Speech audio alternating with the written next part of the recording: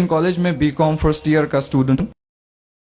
آپ نے ہم لوگوں کو دعوت کے بارے میں بتایا کہ ہم لوگ غیر مسلمان لوگوں کو اسلام کی طرف بلائیں، تو میں یہ جاننا چاہتا ہوں کل کو انشاءاللہ جب میں اس کام کے لیے، اس نیک کام کے لیے آگے دنیا میں نکلوں گا، تو کسی غیر مسلمان نے مجھ سے سب سے پہلے یہ پوچھ لیا کہ میں اپنا مذہب چھوڑ کے، جس کو میں اتنے سالوں سے پریکٹس کر رہا ہوں، آپ کا اسلام کیوں پکڑ لوں؟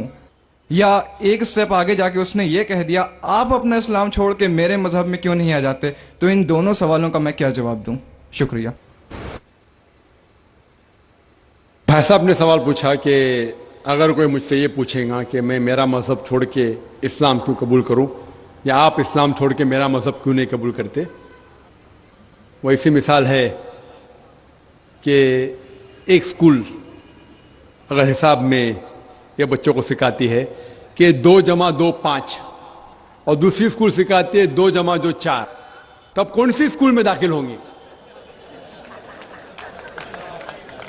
وہ اسکول جو حق کی بات کر رہا ہے، لیکن عام انسان کو حساب کے بارے میں پتا ہے کہ 2 + 2 4 ہے اور 2 + 2 5 نہیں ہے۔ تو اسی لیے جب آپ کالج میں ایڈمیشن لیتے، آپ اس کالج میں ایڈمیشن لینے کی کوشش کریں گے جو کالج میں سب سے بہترین پڑھائی ہوتی ہے، اسی طریقے سے آپ اس مذہب میں داخل ہو جس مذہب میں سب سے بہترین انسانیت کے بارے میں کہا گیا ہے۔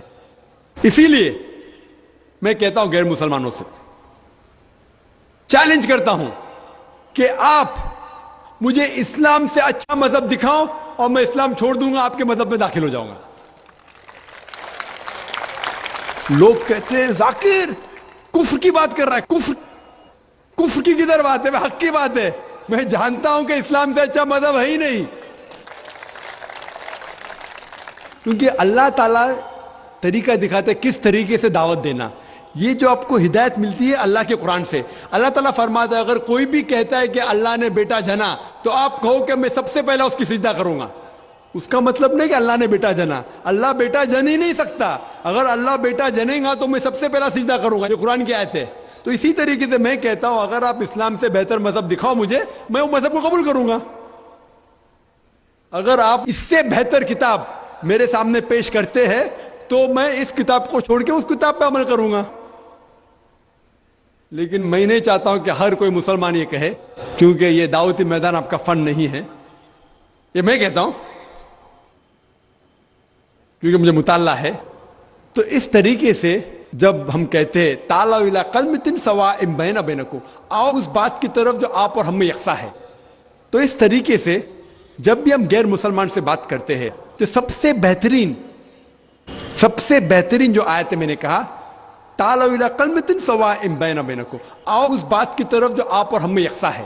تو آپ کہیں گے بھائی صاحب آپ ہندو ہے، آپ عیسائی ہے، میں مسلم ہوں، چلو جو ہم میں اختلاف ہے اس کو باجو رکھو، جو آپ اور ہم میں یکساں ہے کم از کم اس کے اوپر تو عمل کرے۔ کیونکہ آپ کو میرے مذہب میں نیا آنے کا مت آؤ، مجھے آپ کے مذہب میں نیا آنے کا، ٹھیک ہے، کم از کم جو آپ اور میرے مذہب میں یکساں ہے اس بات کے اوپر تو ہم ایک ساتھ میں عمل کریں گے، اور کوئی بھی نہیں کہے گا کہ نہیں۔ تو قرآن میں اللہ تعالیٰ فرماتے ہیں تعالوا الی کلمۃ سواء بین بینکم، آؤ اس بات کی طرف جو آپ اور ہم میں یکساں ہے۔ سب سے پہلی بات اللہ نعبد الا اللہ، ہم صرف اللہ سبحانہ و تعالیٰ کی عبادت کریں، ولا نشرک بہ شیئا، کہ آپس میں ہم کسی کو اللہ کے ساتھ شریک نہ کریں، ولا یتخذ بعضنا بعضا اربابا من دون اللہ، ہم آپ اور ہم میں سے کسی کو اللہ کے برابر کوئی رب نہ بنائیں۔ فَإِن تَوَلَّوْا فَقُولُوا اشْهَدُوا بِأَنَّا مُسْلِمُونَ، اور اگر وہ آپ کی بات کو نہ مانے تو کہو کہ ہم مسلمان ہیں، اللہ کے آگے جھکتے ہیں۔ تو اللہ تعالیٰ دکھاتا ہے کس طریقے سے دعوت دینا۔ تو میں کبھی بھی غیر مسلم سے ملتا ہوں، مثال کے طور پہ کوئی ہندو سے ملتا ہوں، وہ کہتا ہے کہ میں میرا مذہب کیوں چھوڑ کے اسلام میں داخل ہوں، میں کہوں مت داخل ہو، کون بول رہے داخل ہونے کے لیے؟ کم از کم آپ برابر سے، آپ کے مذہب پہ کم از کم برابر سے عمل کرو۔ اور سب سے پہلی بات جو دعوت کی سب سے اہم بات ہے، اللہ تعالیٰ فرماتے تعالوا الی کلمۃ سواء بین بینکم اللہ نعبد الا اللہ، آؤ اس بات کی طرف جو آپ اور ہم یکساں ہے۔ سب سے پہلی بات ہے صرف اللہ کے علاوہ کسی کی عبادت نہ کرے۔ تو جب ہم کو ہندو سے پوچھتے ہیں کہ آپ